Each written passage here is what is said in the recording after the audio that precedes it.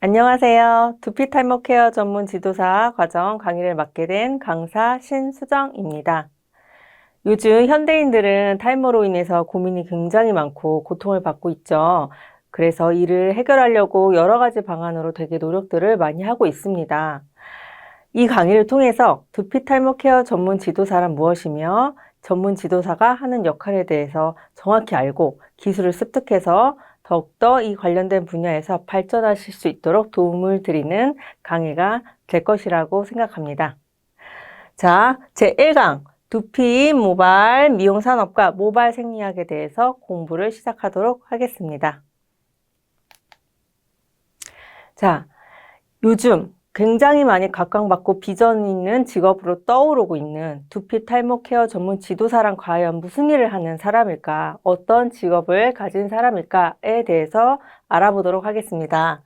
자, 두피 탈모 케어 전문 지도사란 문제성 두피와 탈모 관련 질병을 예방하고 관리하는 어떤 깊은 지식과 어떤 전문적인 실무 능력을 가지고 탈모로 또는 문제성 두피로 고민하는 사람들에게 해결을 하도록 이제 도와주는 전문가를 말합니다. 두피 모발의 어떤 정확한 구조나 생리나 여러 가지 화학적인, 물리학적인, 분석적인 지식들도 다 정확히 파악을 하여서 여러 가지 환경 오염이나 스트레스나 유전이나 여러 가지 요인들로 인해서 어떤 문제성 두피나 탈모로 인해서 고민하는 사람들에게 이를 같이 함께 해결하고 도움을 주고 이 고민들을 헤쳐나갈 수 있도록 함께 해주는 전문가를 뜻합니다. 자, 요즘에 이러한 탈모 시장은 2024년 기준으로 1,000만 명이 넘어가고 있습니다. 또한 탈모 관련 산업의 규모는 3, 4조 원 이상으로 그 규모도 20년도보다 약 4배 이상 급상승하는 추세입니다. 그래서 이 탈모 문제를 해결하기 위해서 투자하는 어떤 노력이나 비용 분야에 있어서도 비의료 영역인 부분에 있어서 더욱더 관심이 많이 가져가고 있고 또한 어떤 노력하는 사람들의 방문하는 그런 장소들도 비의료 영역인 부분인 미용실, 두피관리센터, 가발 이런 쪽에 더욱더 상승하고 있는 추세이고 의료 영역인 병원이나 약, 의약품에 대한 관심도는 생각보다 예전보다는 조금 더 현저하게 줄어들고 있는 추세입니다. 자, 이렇게 두피 모발, 자, 탈모 또는 안 좋아진 두피에 대해서 관심이 점점 증가하고 있는 추세에 맞춰서 웰빙 추구에 맞춰서 더욱더 이러한 문제들을 해결하기 위해서 두피 탈모 케어 전문 지도사는 이러한 고민을 가진 사람들에게 굉장히 많이 힘이 되고 도움이 되는 기술자, 전문가라고 할 수 있습니다. 자, 이제부터 우리는 모발에 대해서 공부를 시작하도록 하겠습니다. 자, 두피와 탈모에 대해서 정확히 이해를 하고 이를 관리하려면 모발에 대해서도 정확히 알아야 되고 두피에 대해서도 알고 있으셔야 됩니다. 두피와 모발은 서로 뗄래야 뗄 수 없는 관계이기 때문에 모발에 대해서 정확히 이해를 하고 두피에 대해서 정확히 이해를 해야 탈모를 관리할 수 있는 과정으로 넘어갈 수 있기 때문에 우리는 제1강 자, 모발에 대해서 구조에 대해서부터 정확히 짚고 넘어가도록 하겠습니다. 자, 모발이란 자, 우리 몸에 나와 있는 털이라고 쉽게 생각하시면 됩니다. 즉 단단한 각화세포로 이루어진 고형의 원추 섬유인데 머리털, 수염, 겨드랑이 털, 여러 가지 다른 부위에 있는 모든 털들, 그러한 털들을 이제 원추 섬유라고 하고 이 두피 부분에 나와 있는 머리카락, 헤어를 모발이라고 합니다. 이러한 모발은 여러 가지 기능을 갖죠. 미적인 부분, 어떤 보호하는 기능, 여러 가지 기능을 갖는 부분이 모발입니다. 자, 이 모발의 발생에 대해서 알아보도록 하겠습니다. 이 모발은 언제 생길까? 자, 우리 엄마 뱃속에 태아로 우리가 들어가 있죠. 그때 임신 16에서 20주 때 우리 모발은 생겨나기 시작합니다. 생겨나서 자라는 그 모발을 취모라고 표현을 합니다. 자, 이러한 모발은 유전적인 영향을 많이 받죠. 유전적으로 머리숱이 많은 어떤 부모에게 태어난 아이는 숱도 많고 머리털도 굵고 튼튼하고, 또 어떤 아이는 머리숱이 적게 태어나고 가늘고 얇고, 그런 여러 가지 영향을 받게 돼 있고, 이러한 모발들은 모발이 머리털에서 자라나고 쭉 성장을 하다가 어느 정도 길이가 성장한 뒤에 멈추고 또 떨어지게 됩니다. 이러한 주기를 반복을 하게 되는 모발의 어떤 주기를 모발 성장 주기라고 하는데, 이러한 사이클을 반복을 하면서 일생 동안 경험을 하게 되는 거죠.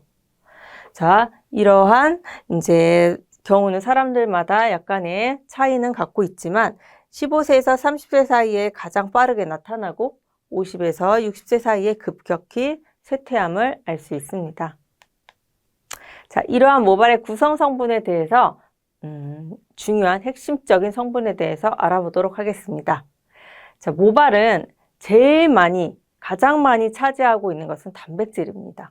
즉, 18개의 아미노산으로 구성되어 있는데, 그 가장 중요한 모발의 단백질의 성분의 아미노산은 시스틴이라는 아미노산입니다. 자, 그 외에도 여러 가지 미량 원소들을 가지고 있는데, 여러 가지 원소들 중에 좀 하나 특이한 게 모발에만 있는 미량 원소 중 하나가 황이라는 성분입니다. 자, 황이 무엇이냐면, 우리가 머리카락이나 손톱이나 이런 거를 불에 태우면 좀 약간 돼지고기 탄내 같은 그런 냄새가 나죠. 자, 그런 냄새를 나게 하는 미량 원소 성분이 황인 것입니다.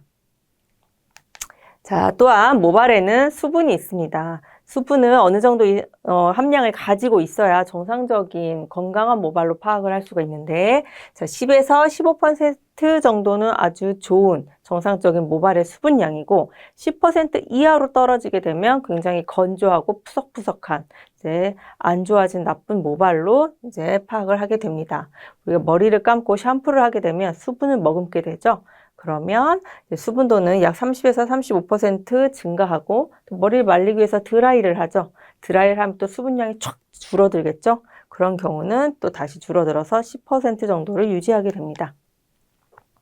또한 모발에는 색깔을 결정지어주는 색소 성분도 가지고 있습니다. 어떤 사람은 태어날 때부터 검은 머리인 사람이 있고, 어떤 사람은 약간 갈색인 머리카락을 가진 사람도 있고, 굉장히 다양하죠. 그 이유가 색소에 따라서 결정지어지는 것입니다. 그 다음 또 여러 가지 지질 같은 성분도 가지고 있습니다. 자, 이제 우리는 이러한 모발의 구조에 대해서 알아보도록 하겠습니다. 모발에는 우리가 눈에 보여지는 구조, 두피 위에 나와 있는 구조가 있고, 두피 아래로 들어가서 눈에 보이지 않는 부분의 구조가 있습니다. 우리가 오늘 제1강에서는 두피 아래로 눈에 보이지 않는 부분에 대해서 공부를 하도록 하겠습니다. 자, 모간부라고 되어 있고 모근부라고 되어 있습니다. 눈에 보여지지 않는 부분을 모근부라고 하고, 눈에 보이는 부분을 모간부라고 합니다. 오늘 1강에서는 모근부에 대해서 공부를 시작하도록 하겠습니다. 자, 이 그림은 아주 중요한 그림이에요. 자, 우리가 두피 탈모 케어 전문 지도사라면 이 그림을 눈 감고도 그릴 수 있을 정도로 머리에 싹 넣고 있으셔야 되는 그림인데, 자, 모근부에 대한 구조입니다. 자, 우리가 눈에 보이지 않는 두피 아래쪽에 있는 부분에 대한 구조를 그림으로 설명해 놓았는데, 각각에 해당되는 어떤 부속 기관들이 있습니다. 이 기관들에 대한 어떤 역할과 어떤 기능에 대해서 또는 위치에 대해서 정확히 파악하도록 해보겠습니다. 자, 모근부. 눈에 보이지 않는 두피 아래쪽에 있는 부분을 모근부라고 한다. 이 전체적인 부분에서 모발을 생성하게 발생하도록 하게 하는 부분입니다. 자, 지금부터 설명하는 거는 세 가지의 위치에 대해서 설명을 해드릴 건데, 자, 모누드라는 부분이 있고 협부라는 부분이 있습니다. 또한 모낭하부라는 부분이 있습니다. 세 가지 부위의 위치를 설명해 놓는 글인데, 이 글씨만 보시면 너무 어려워서 무슨 말을 하시는 걸까? 선생님이 이렇게 생각하실 수 있어요. 그래서 제가 이해하기 쉽게 그림을 보고 그냥 위치를 설명해 드리도록 하겠습니다. 자, 요 전체가 모근인데 여기가 두피, 우리 머리 위에 두피 부분입니다. 이 두피 부분에서 자, 피지선이라고 생긴 부분, 요 부속기관까지 여기 부분을 나누어서 모누두부라고 합니다. 그 다음 요 피지선 아래서부터 자, 여기 모낭 한 선 정도 여기 부분까지 협부라고 합니다. 그 다음 여기 한 선 정도부터 이 아래 부분 전부를 모낭 하부라고 표현을 하는 것입니다.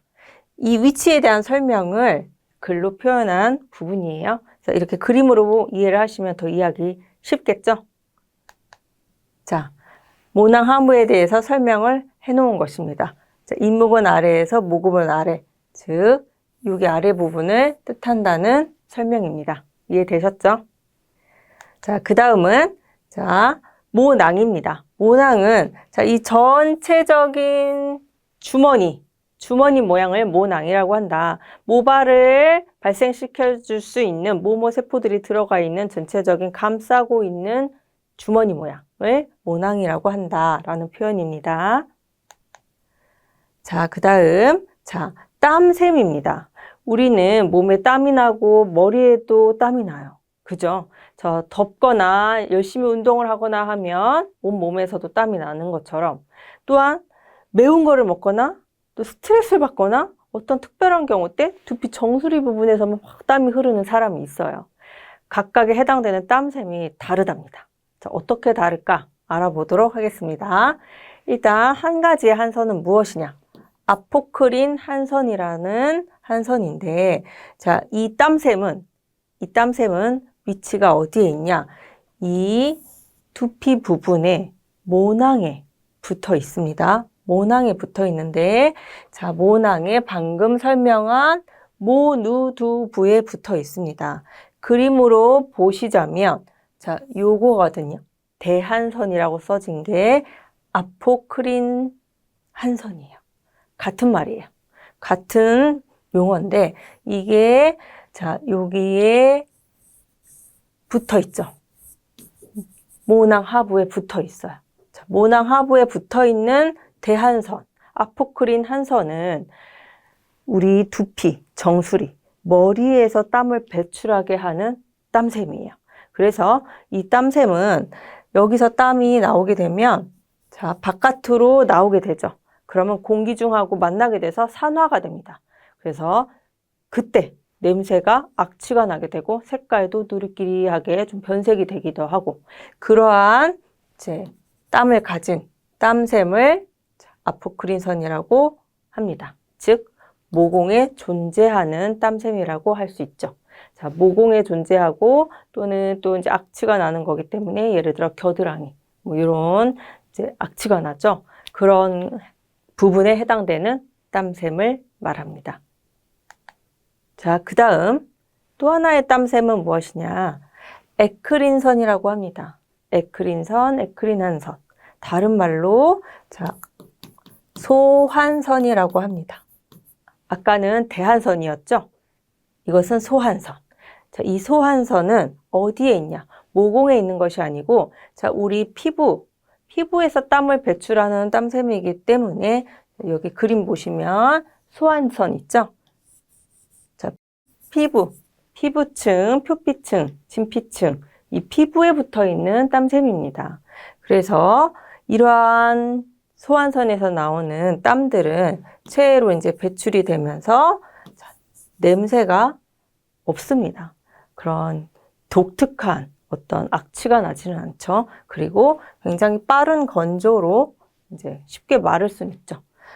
그러나 이제 가끔 어떤 체질이나 또 깨끗이 위생 청결 씻지를 않는 경우나 하는 경우는 이제 한샘이 막히는 경우가 발생하죠. 그럴 경우 이제 어떤 피부병이나 피부 질환이나 이런 것들이 생기는 것입니다. 자, 이렇게 땀샘 두 가지에 대해서 알아보았습니다. 이해되셨죠? 어렵지 않아요. 그림을 보면서 좀 더 파악하시면 좀 더 머릿속에 잘 들어오실 거라고 생각합니다. 자, 그 다음은 우리가 알아보아야 할 것이 무엇이냐? 피지선입니다. 피지선. 자, 피지선은 피지를 분비하는 선인데 호두처럼 생겼어요. 자, 그림을 보면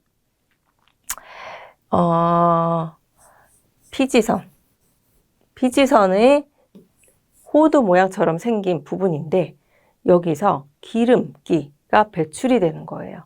그래서 이 피지는 하루에 얼마큼 정도 나와야 정상적인 양이냐라는 게 있는데, 자, 1에서 2g 정도 피지가 분비가 되어야 우리 정상적인 피부, 정상적인 두피를 유지할 수가 있는 것입니다. 자, 1에서 2g보다 적게 나온다라고 하면 굉장히 두피나 피부가 건조하고 푸석푸석하게 되겠죠. 그런데 또 2g보다 훨씬 더 많이 배출이 되게 될 경우는 유난히 기름기가 많이 나오게 되니까 지성 피부, 더 악화돼서 지루성 피부, 이러한 두피 질환으로 발전할 수 있게 되는 것입니다. 그래서 피지를 분비시키는 선이 우리 두피 모근부에 존재하고 있습니다. 이러한 피지 분비량은 식생활이나 계절, 연령, 환경 온도, 스트레스 등등에 따라서 분비량이 각각 달라집니다. 자, 이 피지선은 손바닥과 발바닥에는 나와 있지 않아요. 없어요. 발바닥에서 우리가 기름이 나오진 않잖아요. 자, 그래서 그 부분을 제외한 전신에 다 분포하고 있습니다. 자, 그 다음 알아보아야 할 것은 기모근이라고 합니다. 자, 기모근은 다른 말로 잇모근이라고도 표현을 하고, 제가 원래 글씨를 더 잘 쓰는데 이런 이제 전자칠판은 조금 예쁘게 잘 안 써지네요. 좀 이해를 해주세요. 자, 기모근, 잇모근, 또 다른 말로 털세움근이라고 합니다. 자, 이거를 쉽게 이해하시려면 우리가 굉장히 춥거나 소름이 돋거나 너무 화가 났어. 그럴 경우 털이 바짝 쓰는 거를 느끼실 수가 있어요. 그렇죠? 우리 소름 돋을 때도 이렇게 털이 쓰고 화났을 때 머리털이 삐쭉 서는 사람도 있죠. 자, 그런 게 털세움근, 이 잇모근이 바짝 쓰는, 수축하는 현상 때문에 일어나는 것이거든요. 그 잇모근이 우리 두피 아래 모근부에 차지하고 있어요. 자, 그림에 보았을 때 요게 잇모근인데 이렇게 삐죽하게 가지처럼 나와 있는 부분 있죠? 이것을 잇모근이라고 하는 것입니다. 그래서 이게 춥거나 화가 나거나 어떤 소름이 돋거나 등등등에 있을 때 이 부분이 수축을 하면서 탁 바짝 이렇게 서요. 그래서 어디를 자극하냐? 피지선을 자극을 해요.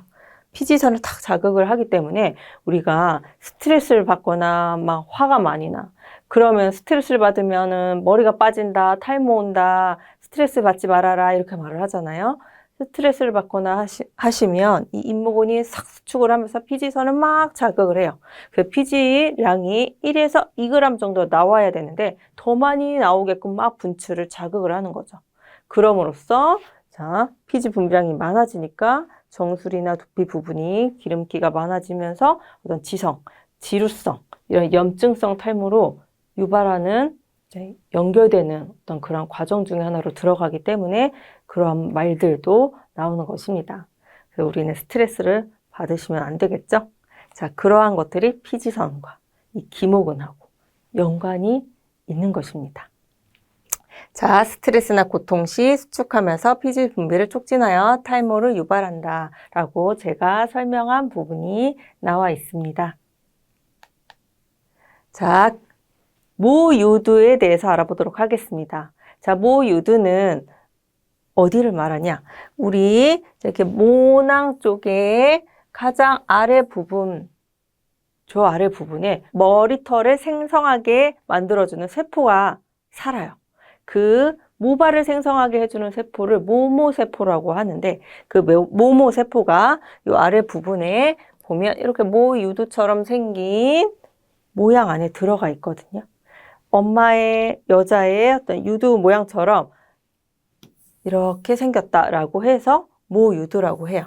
그래서 이 모유두 부분에 여기에 모모세포라고 머리털을 만들어내는 세포가 있어요. 그래서 이 모유두 부분에서 여러 가지 영양소나 이런 산소나 이런 거를 공급받아서 모모세포가 활발하게 움직일 수 있도록 작용을 해서 우리 모발을 성장시켜주게 작용을 하는 것입니다. 자, 다음은 모기질에 대해서 설명하도록 하겠습니다.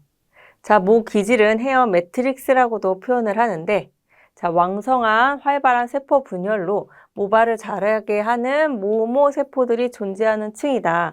즉, 조금 전에 말씀드린 것처럼 모유두가 존재하고 있는 그 모낭의 가장 아래 부분, 여기 부분에 해당되는 부분을 말합니다.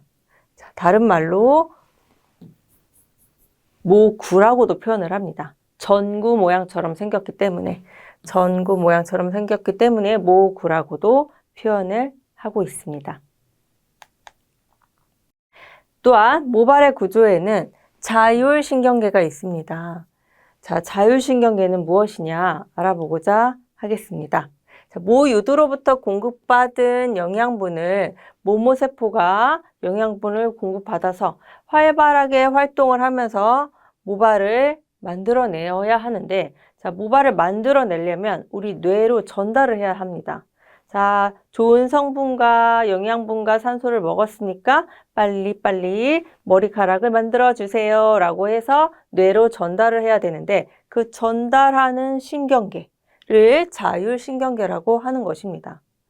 그래서 우리가 어떠한 질환에 걸렸거나 어떤 원인 모를 어떤 이유에서거나 등등에 의해서 자율신경계에 이상이 생기는 경우도 있죠.